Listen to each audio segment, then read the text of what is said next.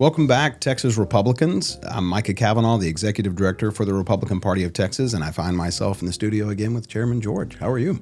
Good. Welcome back. Thank you. It's good to be here. All right. Let's talk about convention, I guess. Let's do it. It's been a hot topic, you could say, a lot of questions coming out of it. So one of the things, we'll just dive right into it, that we've been hearing both at the party and out amongst the grassroots is that a lot of people are excited about participating in the convention process.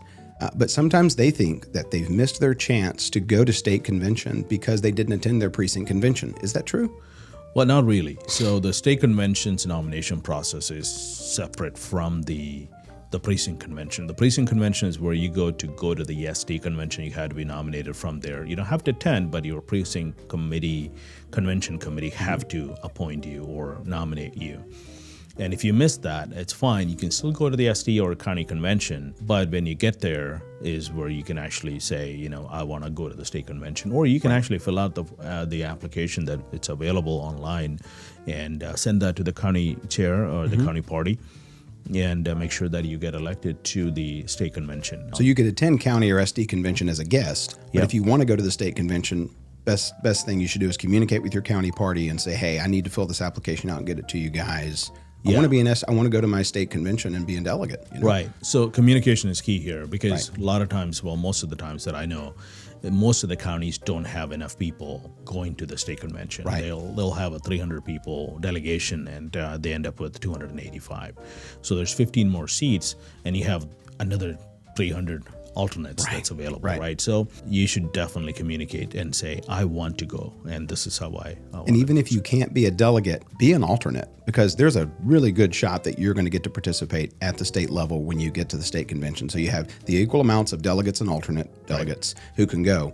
I have several friends back home who found out that their precinct convention only put in so many out of, like you said, the allocation that they had. So the opportunity is there. Take advantage of it. Absolutely. Okay. Show up. And most likely you're gonna get to be a delegate. Very possible. Okay. In that regard, then, if you go to your county convention or your SD convention, I know we've talked to a number of county chairs. They want to make their conventions exciting. They want to make them enjoyable, right? And I know at ours, last time we had our state senator came and spoke and sponsored some food, and that was neat. So what are ways that county chairs and the convention process can make this more engaging for the folks that are coming? Right. So a couple of things that I've seen that is very effective is essentially talk to your elected officials, your sheriff, your county judge, your commissioners, your elected officials in the state level, senators. It's most of them are senatorial conventions, right? In some county. So talk to your state senator, talk to your house rep and, SBOE people, all of them. And say, come on over. Even your congressman. Even your congressman, because a lot of your legislative priorities could be about Congress. Have them come over, tell them to sponsor the convention, pay up $100 or $500 or a couple of thousand, whatever it is, and be interactive with them because they have to go do the work in the next cycle. It's a great way for you to communicate and engage with them on that level. Yeah. Yes. And it's fun for someone from your precinct who is not involved in the party to show up and see 20 different elected officials and be able to talk to them and say, these are my concerns. I want you to work on this. The most grassroots interaction you're going to get with an elected official is that one-on-one time at a convention. I even heard of one county, will not say who, they're having a food truck at their county convention. And I'm just saying, I'm not from that county. I can't participate in the convention, but I kind of want to, I'm just saying I'm not going to do that, but I might sneak over there and be like, hey. That sounds nice. Can I be a guest at your convention? But so there are ways. There are ways to do that. It can be very engaging. Yeah. So at precinct convention, we had this, but now we're going to have it at the county and SD, at the senatorial district convention. You have this thing called resolutions, right? And we know a lot about them, but that's kind of a big deal. Resolutions are important. What is the process by which you go through to pass resolutions, and what happens to them once they get to state convention? Right. The resolution, in my opinion, is a statement or a request from the grassroots all the way to the elected officials, like regardless of what the office is, right? If you are writing a resolution about federal, let's say about SAVE Act, which is a hot item, we want that. You are writing a resolution that says, I want all of our congressmen to support this, all of our senators to do this. You start with the resolution from the county precinct convention, then you have it at the SD convention. You pass that, amend it, however you want to do it, clean it up. Then it comes to the state convention. The state convention goes through the process and it becomes our platform, essentially, or the priority. You've seen people, House reps, essentially, in the past cycles where they will take the party platform on the House chamber and talk about it and say, on this page, in this line, this is what it says by the Republican Party of Texas, and I want every one of you to get on board with this. Right. That started at the precinct convention. Yeah.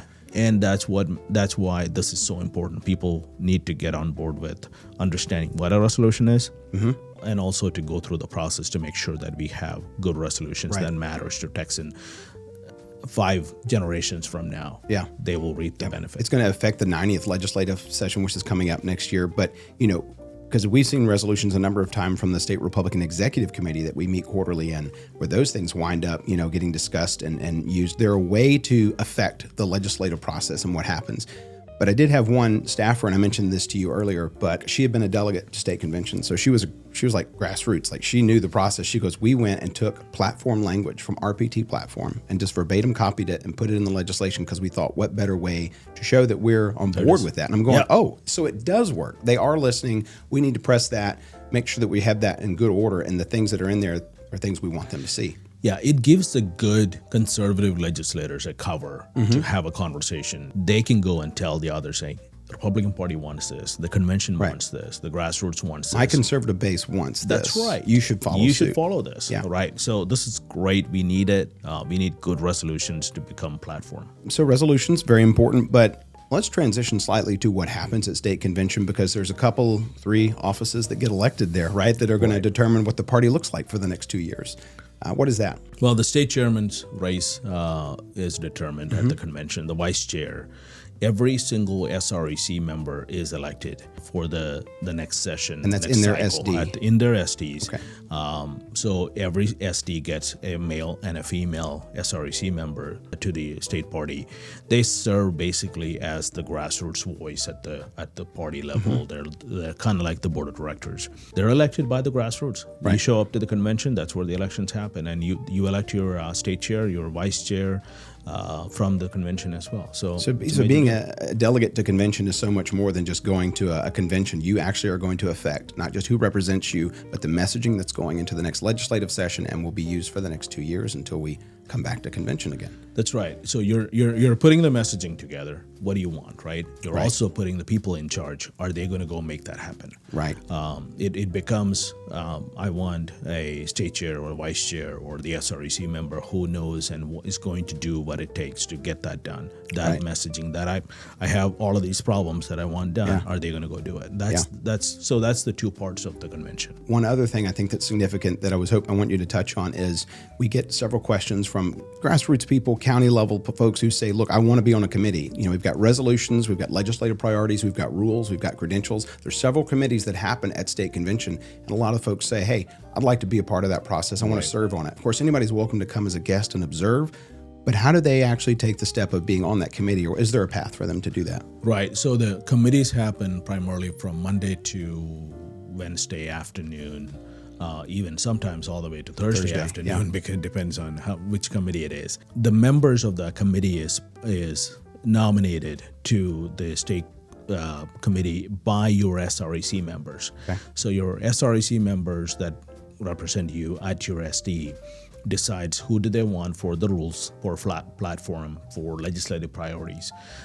So they send those credentials, they send those people, and they get to decide. If they don't do that, then I get to decide. Right. But I haven't seen anyone who's going to say, I'm not going to put anybody in. They want to make sure they get people from their place to represent. Yeah. So they'll send that to you, and then that determines the makeup of the committee at convention. Right. Okay, that's so we on our website, we have, if you go to texasgop.org, you go to the leadership directory, which we have. Under that leadership directory, there are a number of things, and one of those is the list of state Republican Executive Committee members with their email, a picture of them. So if you want to reach out to them, if you don't already have a relationship, that's a way to connect with them. That's correct. And if somebody doesn't have it, we can contact us. Call us. We'll get you the name and the contact information of the person. They have the ultimate power. They make that decision. When they send that in, then I just take it from there and move on from putting the whole committee together. At the end of the day, the Republican Party of Texas and our convention is a grassroots organization and process, right? So the convention gives Republicans the opportunity to directly shape the future of the party and what that looks like, right? Like that's what we're looking at as we're going forward.